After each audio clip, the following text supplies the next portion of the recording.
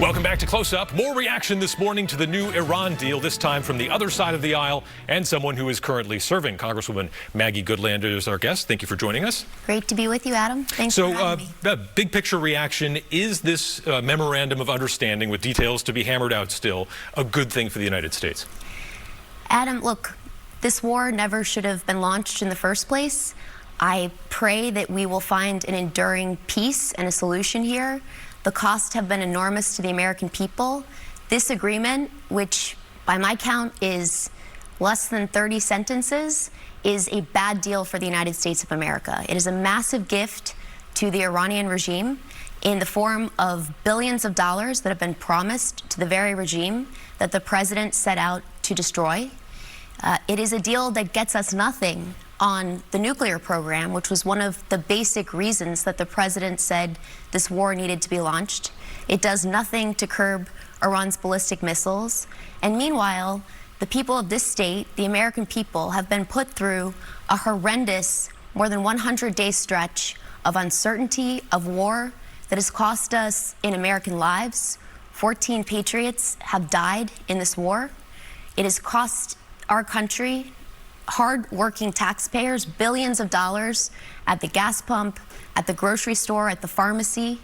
And for what?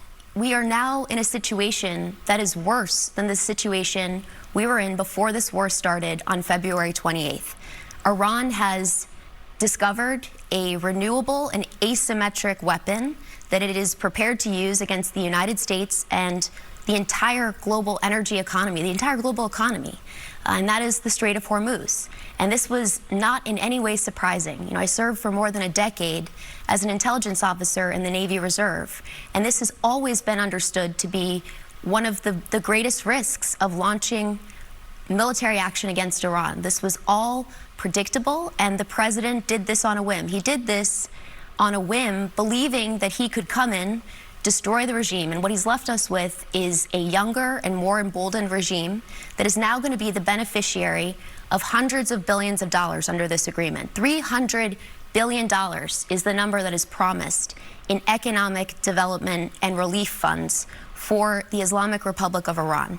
When you think about that number, $300 billion, in today's dollars, the Marshall Plan, which reconstructed Europe after the Second World War, that would be $150 billion in today's dollar value. $300 billion is nearly 2 decades of the budget of this state of New Hampshire. It's an enormous sum of money, which, by the way, the Congress is going to have to approve. And the president just went ahead and signed this agreement unilaterally. Talks were supposed to start today. They've been delayed.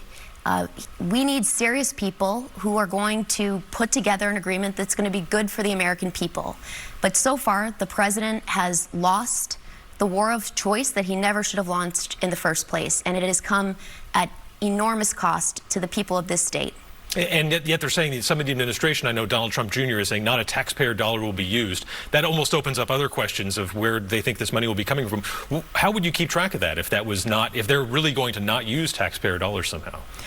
First of all, I mean, it's completely unclear where the money is going to come from for this $300 billion economic development fund. Unfortunately, when we've taken the president at his word that taxpayer dollars won't be used to fund his own adventurism, that just hasn't been the case. And I'll tell you, I serve on the House Armed Services Committee, and we've had the Secretary of Defense come before our committee only 2 times since I started this job. He came before our committee, and I asked him a very simple question. How much money have you used in taxpayer dollars for this war in Iran? And he couldn't give me a clear breakdown of that important figure. Meanwhile, they're asking for $1.5 trillion for a defense budget that truly is indefensible. What we need right now, people are feeling so much pain because of this war, because of more than a year of trade wars that have jacked up costs for everybody in this state. And in fact, unconstitutional trade wars that small businesses and hardworking people deserve refunds for.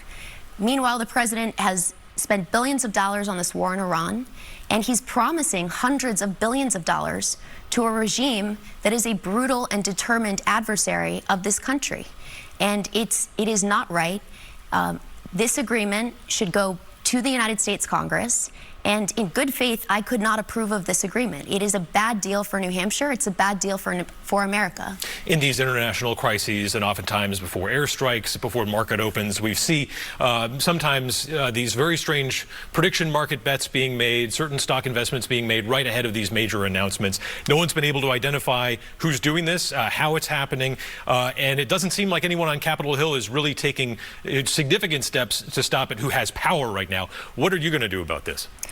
Look, one of the things that shocked me the most right now, when you just take a look at federal law, you've got a situation where senior officials in all three branches of our federal government, in the Congress, in the executive branch, including the president and the vice president, federal judges, including Supreme Court justices, right now can trade individual stocks and they can place bets on prediction markets. Now, what has that led to? It's led to a situation where the very public officials who are supposed to be serving the public trust are in a position to shape their own personal profit by shaping events and by having inside information. Now, insider trading is unlawful, but unfortunately the laws have not been enforced against members of Congress, and it's very hard to prove. There are many, many loopholes. So I'm teaming up with one of my Republican colleagues, Brian Fitzpatrick, who's he worked at the FBI. He comes from a law enforcement background, as I do. I served for years at the Justice Department. And we have a very straightforward, common sense bill that's going to apply across all three branches of our government. And it's going to put a straightforward, common sense ban on owning and trading individual stocks and in participating in prediction markets. So prediction markets are pretty simple. It's gambling on world events, on national events, even on local events. One of the key abuses we've seen, and what really, really worries me, we've seen members of our military, American soldier, placed a bet on a prediction market about the operation in Venezuela that he was participating in. This is so dangerous and bad for our military, and it's just dead wrong. People are working so hard in this state. You know, they've got 2 or 3 jobs.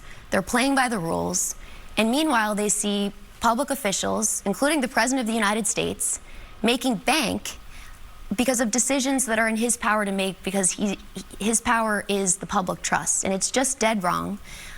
This bill that we are going to be introducing next week, the Public Service Accountability Act, is meant to close the loopholes that for far too long have allowed this kind of corrupt and dangerous behavior to occur at the highest levels of government. And I'm hopeful that this common sense approach will get a lot of bipartisan support, because we've seen this across the board. It's in all branches of government. This is a problem that is not a partisan problem. It is an American problem that we've got to crack down on, because we've seen the lowest levels of public trust in our government in my lifetime. And I think for very good reasons. When people see abuses of power across all three branches of government, of course, they're going to lose trust. And that is why I'm a big believer that no one serving in a senior position in any branch of the government should be trading individual stocks or participating in prediction markets when they are in a position to move and to profit from those very markets. You mentioned the 3 branches. A little bit of a tangent here. Some of your fellow Democrats, one who might be running for president, talked about adding Supreme Court justices. Would you be in favor of such an expansion of the court? You mean adding additional U.S. Supreme Court justices, yeah. So look, I was a law clerk to Justice Stephen Breyer. I served on the Supreme Court. One of the things I saw was we need a binding code of conduct and ethics, and we need term limits on the United States Supreme Court. I believe term limits are good government.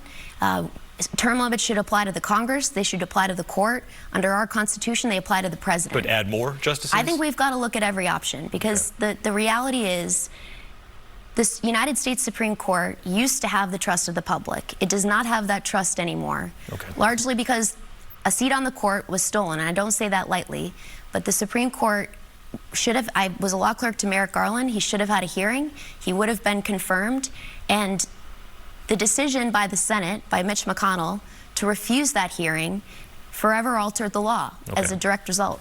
We've hit our time, Congresswoman. Thank you very much. We appreciate it, and we'll see you next time here on Close Up. Thank you, Adam. We'll be right back.